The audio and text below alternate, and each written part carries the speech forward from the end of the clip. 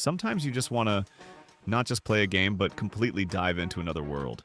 Switch off from everything, forget about your problems and worries, and just live someone else's story, from start to finish. These games don't just give you emotions, they hook you, with characters, dialogue, plot twists, and atmosphere. In this video, I've gathered 20 exactly these kinds of story-driven games that won't leave anyone indifferent. The video turned out pretty long, so I won't drag this out, and let's get started. Not too long ago, I discovered a game called A Plague Tale: Innocence, and only regretted one thing. Why didn't I do this earlier? I'd heard multiple times that this project was pretty good and extremely atmospheric thanks to its story and music, even if it's not hyper-famous like, say, Red Dead Redemption 2. But for some reason, I kept avoiding this game. Recently, I decided to give the game a chance and didn't regret it one bit. I finished the game in a couple of evenings, lying down with a controller, and I'll tell you, the enjoyment from this game is like watching a really good movie. The story tells about two children, older sister Amisha and her younger brother, and the events unfold in France during the height of the Black Death or Plague, where our two heroes are threatened not only by huge numbers of rats wanting to eat you alive, but also the Inquisition, which is way too full of itself and is hunting you down. The game, though extremely short, it won't take 30 hours, more like 8 to 10 max. But man, does it play well with mood contrast. You're literally walking on a sunny day looking at beautiful landscapes, and just a couple minutes later you see a swarm of rats devouring everything in their path. And you might be next. This game is literally the perfect example that a game doesn't need to be AAA level to be worth checking out. In terms of atmosphere and story, it can sometimes be several steps above many famous games. It's just that, gameplay-wise, it's pretty simple. Usually the focus is on stealth gameplay and solving not too complex puzzles. Some people might not like that, but honestly it didn't cause me any discomfort. Detroit Become Human. Probably? No, definitely. This is the best modern interactive movie today. Nice graphics, diverse characters, and discussion of such serious topics as segregation between androids and humans, racism toward androids, unemployment of people replaced by androids, family values, and loneliness. Sometimes, yeah, it's naive, but in some moments the game hits so hard that it evokes real, genuine emotions. The variety of playthroughs is sometimes amazing. Even after playing the game 3 times and unlocking all achievements, I hadn't seen even a third of the game. Main characters might not survive to the finale, and if they do, each hero has 2 parallel ending paths with several completion variants. Considering the game's technological aspects and scope, all of this is impressive. This isn't a choice without choice like in more budget games, but a game where you can really make your choice, which can change everything dramatically. I recommend Detroit. Become human to absolutely everyone.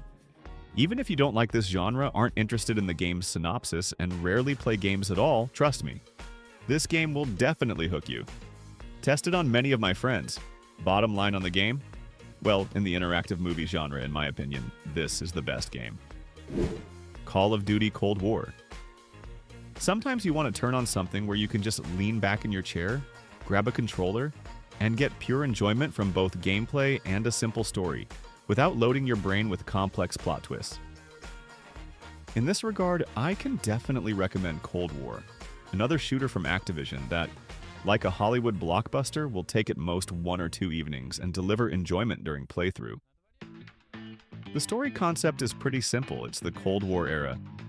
The 80s, 2 superpowers are about to start a war, and playing as CIA agents, you need to do everything possible to prevent it. Gameplay-wise, you're in for everything that people love about single-player campaigns in the Call of Duty series, namely various hotspots you'll visit, very nicely crafted shootouts, and of course tons of action like an expensive movie. Only you get to control the whole theater of operations yourself. But the missions don't consist only of action. There are missions where you have to act stealthily or still use your brain a bit.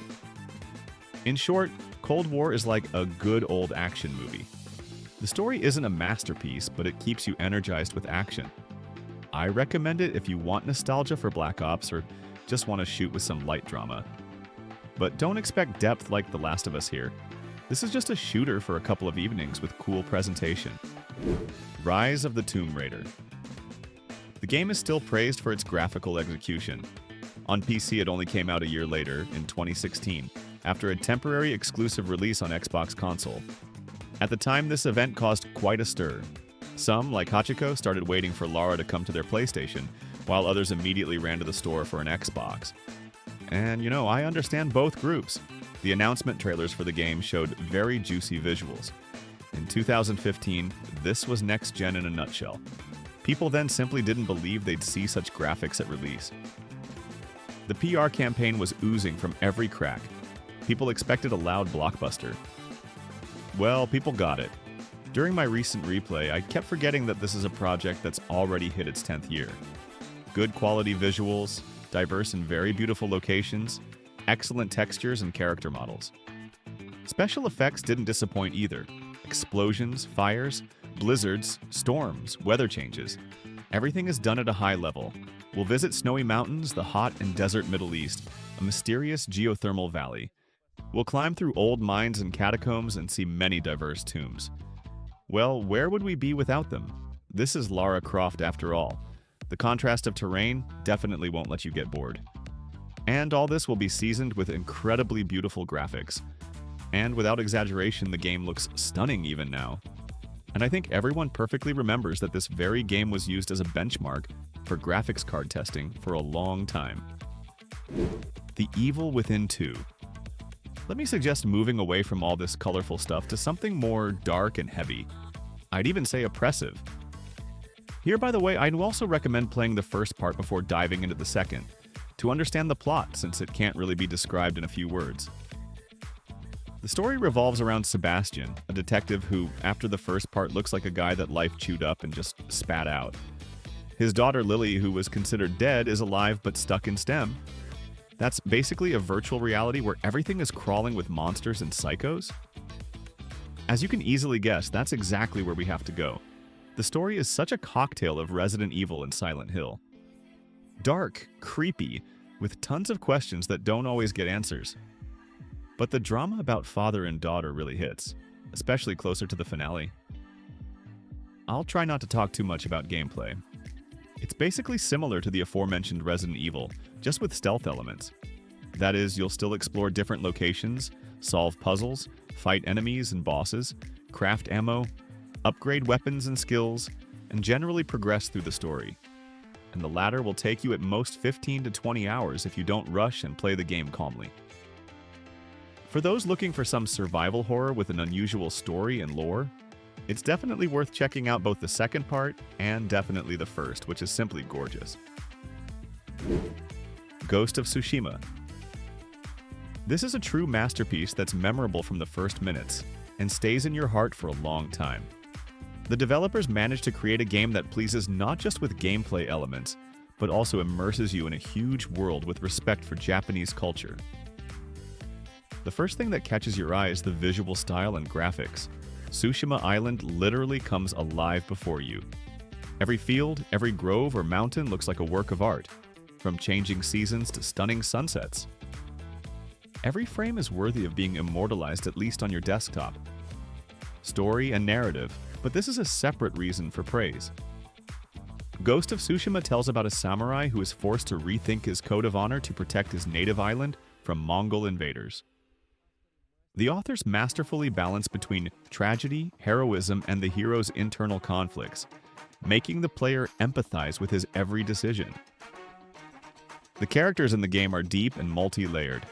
Each of them leaves a mark on the story, whether they're allies or even your enemies. It's also worth noting the author's attention to cultural details. The use of traditional Japanese music, haiku poetry, authentic architecture, and philosophy create a special atmosphere that awakens respect for Japanese history and culture. Ghost of Tsushima is a game where every detail is worked out with enormous care. It doesn't just please the eye, but also makes you think about things like honor, duty, and self-sacrifice. This isn't just a game, it's a real work of art that everyone should experience. Dishonored 2. Another game that offers gorgeous replayability and huge variety in terms of playthrough. Only this time, the focus is directly on stealth. And you know what's strange? I kept replaying the first part several times for different endings and playthrough variants, and was wildly satisfied. But for some reason, I only got around to the second part this year, although I wanted to check it out earlier. Briefly about the plot. Several years have passed since the finale of the first part, and a coup occurs during which one of the heroes is kidnapped. Who exactly is up to you to decide? This can be either Emily or the hero of the first part, Corvo. The task is crystal clear. Get revenge and return your position in the kingdom. But how exactly to implement this depends exclusively on you. Usually you're thrown into a large and often very detailed location, where there's huge variety in how to get through it. You cannot touch anyone with a finger, you can create total chaos and cut down absolutely everything. Or you can combine both. You have a ton of options for how to get through the same level. For me, as someone who's loved stealth games since the first Splinter Cell games, this kind of thing, honestly, really works. Yeah, and the story in the game turned out nice. I personally liked it. If you, like me, love stealth games with huge variety, then you shouldn't skip the second part at all. Stray. Not only AAA games can deliver truly gorgeous emotions during playthrough. Sometimes real masterpieces in terms of atmosphere are found in indie games too. One of these can boldly be called the game Stray, which I completed in one evening back in the day and was completely delighted.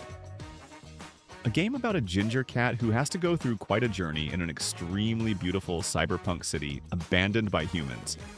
And yeah, this isn't just a simulator of a fluffy explorer, but a full-fledged adventure with a touching story, mysteries, and atmosphere that instantly draws you in. The setup is pretty simple. At the center of the story is a nameless ginger cat who accidentally finds himself in an abandoned cyberpunk city populated by robots. His goal is to get out, find his way back to his family, and solve the mysteries of this strange world. Along the way, he's also helped by a small drone B-12, who acts as translator and assistant. Despite the fact that the game is seemingly indie, its world is surprisingly well developed. Neon streets, abandoned alleys, robots with human emotions, hidden messages from the past. All this creates a unique atmosphere balancing between loneliness and hope. Yeah, and gameplay-wise, the game nicely immerses you in the local atmosphere. We're playing as a cat after all, so you can mess around, knock cans off roofs, scratch furniture, rub against robots' legs, and climb through pipes. Stray is more than just a game about a cat. It's a unique adventure that gives unusual sensations, makes you worry about the fluffy hero, and explore a world full of mysteries. If you love cyberpunk, cozy stories, and fluffy companions, this game is for you. Ratchet Clank. Another game from Insomniac Games, but one that had a decent PC port, unlike some others. A game that's literally a living Pixar cartoon. Its visuals are stunning, which isn't surprising. The game came out at the PlayStation 5 launch and was supposed to show the new console's capabilities. And trust me, the developers accomplished their task 10 out of 10. The project itself might seem to many, like some childish platformer. Why pay attention to it at all? However, I don't recommend thinking this way and suggest trying the game yourself, because there's room here for both a simple but interesting story and well-crafted gameplay, with action, solving simple puzzles, and traveling through different dimensions. The latter is literally the game's main feature. You constantly have to jump between portals, beat enemies with a wrench, and shoot with the craziest arsenal, from guns with black holes to blasters shooting mushrooms. Yeah, there's even that here. And by the way, each gun levels up, depending on what you prefer more. Yeah, and now there are two heroes, and playing as each of them is pleasant in its own way. Campaign takes about 12 to 15 hours, plus side quests and collectibles for perfectionists. Though sometimes you feel the game is too easy. They didn't bring any hardcore here, but actually, such games don't need it.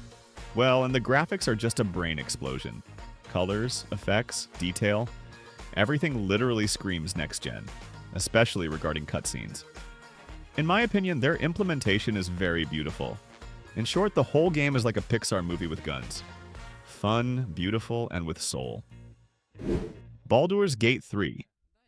Without any irony, a true standard of turn-based RPGs. and generally RPG games as such, which everyone should check out, even if you're far from this genre. Trust me, if you start understanding this game, you can disappear for a whole 100 hours or more. A game I started playing and at first understood nothing at all and wanted to abandon it. Like, the game isn't my genre and that's it. But as soon as I got into it and figured it out, it became extremely hard to tear myself away. All thanks to simply gorgeous replayability and variety in this game. Which is why many called Baldur's Gate 3 an anomaly among this genre. Like something like this happens in the gaming industry once every 10 years. Plot-wise, the main character and his companions are infected with a mind flayer parasite. Intelligent creatures resembling octopuses that slowly turn them into monsters. However, this same parasite gives them incredible powers, and the heroes have to decide whether to use them for good or give in to darkness. One of the reasons why Baldur's Gate 3 is an unreachable level is the story, which is completely non-linear. Every decision you make affects the world, companions, and the character's fate itself. You can become a hero, villain, or someone in between, and NPCs will remember all your actions. Yeah, and you can create a hero here however your heart desires, choosing race, class, abilities, and worldview. You can play as a human, elf, dwarf, tiefling, dragonborn, or even a half-illithid. About the meme with the bear and sexual relations in this game with almost everyone. I think there's no need to talk about this. Everyone's heard about it. The game has complete freedom of action. You can steal, persuade, intimidate, use magic, or even jump over obstacles to solve tasks in different ways. Because there's no one correct solution. There are several, and sometimes they're really not obvious at all. Baldur's Gate 3 is a standard RPG that doesn't just continue the series, but raises the genre to a new height. Skyrim. You know, friends, there are games that evaluating by typical criteria is quite questionable, and I'd even say stupid. Such projects require a comprehensive approach based more on emotional perception, rather than dry indicators. I hope you understand what I'm talking about, friends. You need to evaluate Skyrim the same way. A legendary work possessing a detailed game world, rich Scandinavian atmosphere, engaging gameplay with a massive exploration element, and, in my opinion, simply an off-the-charts level of replayability. The vast expanses of the harsh northern province captivate with their grandeur and incredible artistic execution. Snow-capped mountain peaks covered in frosty mist and warm forested valleys, inimitable architecture of Dwemer ruins and gloomy Nord burial grounds, cute villages, and completely different densely populated cities. Often, I just stop to admire the local beauty and landscape, especially with mods. The game is a successful embodiment of a magical fairy tale that's extremely pleasant to be in. This creation provides unlimited freedom of action, a great multitude of quests, and hundreds of hours of adventures. This game has a certain sacred essence that we unsuccessfully seek in modern games, and the name of this essence is soul. And yeah, in my opinion, this game has soul. Skyrim is a cultural phenomenon that had a simply colossal impact on the gaming industry and hasn't lost its relevance even today. This game is like good wine. With years, it only gets better. Kena Bridge of Spirits. A game that, generally speaking, can also be described as a Pixar cartoon on screen, just with a significantly smaller budget than the previous game. However, this didn't stop the developers from releasing an excellent indie game telling you about Kena, a young spirit guide who helps souls go to the afterlife. In short, she ends up in an abandoned village where everything is overgrown with corruption, and local ghosts are stuck because of the past. The task is to cleanse the world and find out what happened to the residents, while also reconciling with their pain. The story, though simple, is touching. Here you have friendship with little spirit rots, and a sad story about family and loss. All this is presented through gorgeous cutscenes that you want to rewatch. Don't expect complex intrigues here, but the emotional game hits right in the heart. Gameplay-wise, good old mix of action and simple puzzles. Mainly, the heroine actively swings her staff, shoots with a bow, and calls rots to help move stones or distract enemies. Combat is lively with dodging and combos, but not too complex. Closer to the finale, even a newbie will master it. But bosses are a real test, especially if you play on high difficulty. The world is small but dense. Forests, temples, rivers, everything is packed with details and secrets. Campaign takes about 10 to 12 hours. It doesn't have time to get boring. Kina. Bridge of Spirits is like warm tea on a cold day. Cozy, beautiful, and with light sadness. Alan Wake 2. A game I kept starting and dropping, thinking it was some boring and completely uninteresting game. But I decided to give it a chance only this year and didn't regret it one bit. First and foremost, what you should know. Alan Wake 2 isn't a brain-crushing shooter with hyper-interesting gameplay. No, it's definitely there, but the main focus is mostly on exploring locations, solving puzzles, and trying to generally understand the game's plot. Because the game's story is an extremely convoluted thing that you definitely won't understand the first time. And most likely, like me after completion, you'll go watch explanations on the internet. In short, the story tells about two heroes. There's room for both Alan, who's trying to escape from his own prison by rewriting reality through his stories, and an FBI agent who's looking for answers in a town where even the coffee seems suspicious. Two lines run parallel, and actually you choose who to play as until all the threads converge. Sort of like a Twin Peaks atmosphere, I guess. A gloomy town in Washington state that directly beckons with its dense and dark forest, low-rise buildings, and stunning soundtrack that can both give you goosebumps, and has compositions that I'm sure, not just for me alone, went into personal playlists after completion. In short, Alan Wake 2 is like an expensive thriller. Beautiful, atmospheric, but not without flaws. I recommend it if you love stories where you need to use your brain and aren't afraid of darkness. Horizon Forbidden West. Let's be honest, probably one of the most beautiful and technologically advanced games in this video. And yeah, I perfectly remember how many were dissatisfied with Aloy's facial proportions. And if on consoles this might be a problem for someone, on PC it's perfectly fixed with mods. The game itself, logically, story-wise, directly continues its events after the first part, only now the setting is the Forbidden West, to deal with a new threat. Plot-wise, the world in the game is on the brink of total catastrophe. Strange anomalies are destroying nature, sandstorms are raging, and mechanical beasts have become even more dangerous. Besides this, a new hostile faction appears that learn to control machines, creating even more problems. Well, playing as red-haired beauty Aloy, you have to deal with all this. Gameplay-wise, the game is largely faithful to the first part, but was improved in its own way.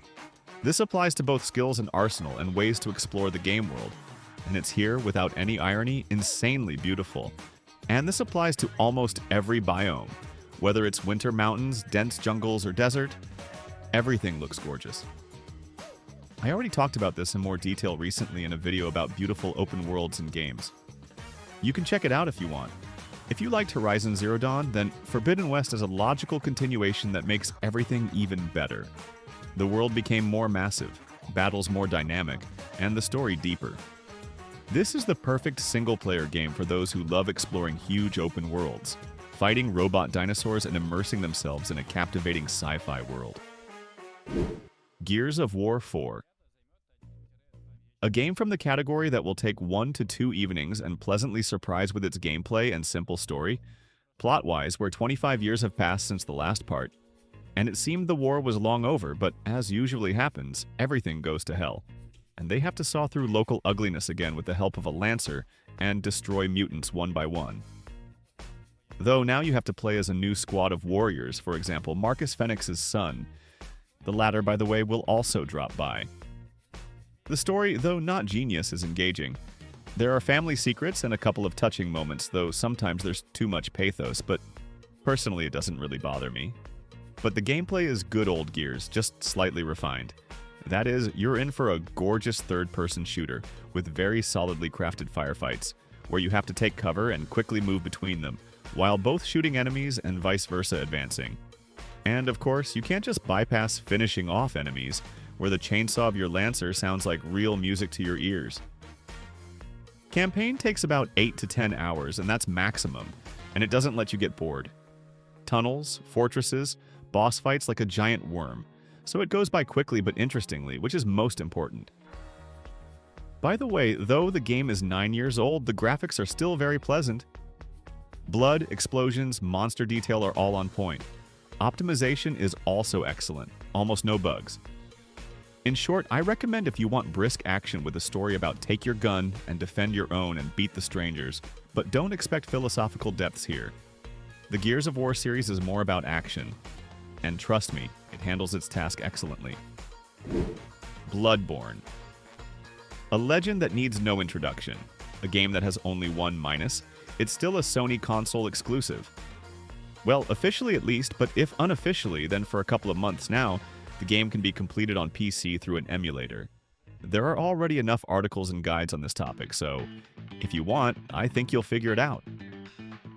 The plot is a gothic nightmare about a hunter, well, that's you, who gets into Yharnam, a city where everyone is either sick with plague or already turned into creatures. As befits games from Software, the story isn't served on a silver platter through cutscenes. There are no direct answers. Everything is presented through item descriptions, NPC dialogues, and locations that literally scream about hopelessness.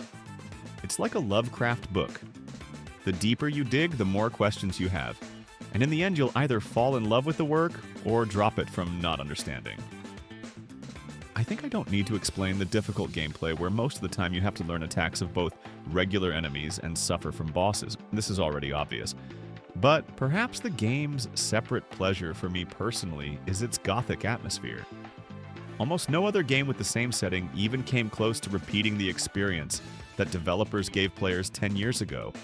And yeah, the game isn't small. Campaign takes about 30 to 40 hours, and with DLC like the old Hunters even more. But be ready to die often. Very often. This isn't a bug, it's a feature.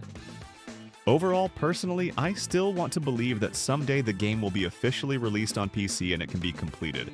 Although for those who don't mind messing with an emulator, I'm sure they already did. The Elder Scrolls IV: Oblivion. That very game I played for hours on end in childhood. And I swear, friends, it looked exactly the same. Only then my imagination rendered the picture. And now my graphics card is sweating, trying to pull out new beauties. And if you think about it, there's something fitting that the game only runs at 30 frames, exactly like back in childhood. Well, but without jokes, guys, the graphics are simply at the highest level. The technical aspect deserves separate praise. Using the hybrid Unreal Engine 5 combined with the original Oblivion engine, well, that's just a genius solution. The game looks modern, but at the same time preserves its unique charm of that very game from 2006. Of course, maybe my emotions are slightly colored by the fact that this is my favorite part of the Elder Scrolls series, but objectively, the remaster definitely deserves attention and purchase. Now, I'm completely calm about the future of my favorite series. If it continues like this, I bet Elder Scrolls 6 definitely won't disappoint us. Yeah, the remaster has minor flaws in gameplay, optimization, and doesn't have mod support, but this is probably just a matter of time. The game just came out and already managed to show itself well. I hope it'll only get better. Overall, friends, this is exactly the update that needed to be made. Preserve the spirit of the original, but give the game new life with modern technologies. I rarely say this, but this time Bethesda did good. Senua's Saga Hellblade 2. For those who like psychedelics or stories not for everyone, I strongly recommend checking out the second part of this game. But it's preferable to play the first one too, to be somewhat aware of all events. I'll clarify right away that this game and the previous game are projects not about unique and hyper-interesting gameplay. It's definitely present here somehow, but the main focus is on story and atmosphere, and the latter is simply gorgeous here. In short, the plot still tells about a woman with schizophrenia who seemingly managed to let go of the loss of her beloved, but inner demons and voices in her head don't leave our heroine alone. So Senua decided to go to Iceland, where she'll meet not only new characters, but also make quite a few enemies. And with the latter, naturally, she'll have to fight. And here, though there's no complex combat system, and actually combat consists of a couple of buttons, it looks simply gorgeous. Every fight, every hit and animation is like watching expensive cinema, only you control the whole theater of operations yourself. Sound plays an important role in the game, as in the first part. For truly good immersion, it's recommended to play strictly with good headphones or quality speakers. Developers paid great attention to it here. This isn't just a nice statement, but really so. Exactly the same applies to graphics in the game. It's on Unreal Engine 5, so it looks expensive and rich, but unfortunately not very optimized. Maybe it's just me, but I'm just sharing my personal experience. If you like dark, psychologically rich games with strong stories and cinematic presentation, then Hellblade 2 is definitely a must-play. Resident Evil 4 Remake. If there are remakes that make original games only better, then these are directly remakes of old games from Capcom, and today we're talking about the fourth part. A reimagining of the 2005 legend, but under modern standards. That is good graphics and normally adapted controls, coupled with a good story plot-wise. It remained generally faithful to the original. For those unfamiliar, in a couple of words about the setup. We play as the hero of the second part, Leon Kennedy, who goes to a remote village in Europe to save the president's daughter Ashley, who was basically kidnapped to this village. By Resident Evil classics, obviously, the local backwater is crawling with all kinds of nastiness that needs to be dealt with. The story itself, though simple in terms of setup, is much deeper than it seems, and as you progress, you'll understand this perfectly. I especially want to praise the gameplay, which was redesigned for the better. Now Leon can finally walk and shoot simultaneously, which many sorely missed in the original. And the combat system itself became much better. Scattering local villagers and other mutants is pure pleasure. And I can't help but say a couple of words about the game's engine. This isn't another Unreal Engine where everything's beautiful but lags, but Capcom's own RE engine, which developers have perfected since the second part. In the sense that the game is very beautiful, whether locations or characters, and at the same time, humanly optimized. It seems like even on the old 1050 Ti you can complete this game fully, which definitely deserves respect. Sorry for my French, but lately there's been an active trend of developers not giving a damn about game optimization. And thankfully, the Japanese from Capcom haven't reached this point yet. And I hope they never will. Well, about the remake itself, you can say briefly. This is an example of how to carefully rework a classic, preserving its spirit but making it more modern. Even if you've played the original dozens of times, the new version will give you fresh and pleasant impressions. Friends, thank you so much for watching, especially those who support me with likes. I appreciate this incredibly, guys. And don't forget to subscribe so you don't get lost in the crazy flow of content. Take care of yourselves and your loved ones until we meet again, friends.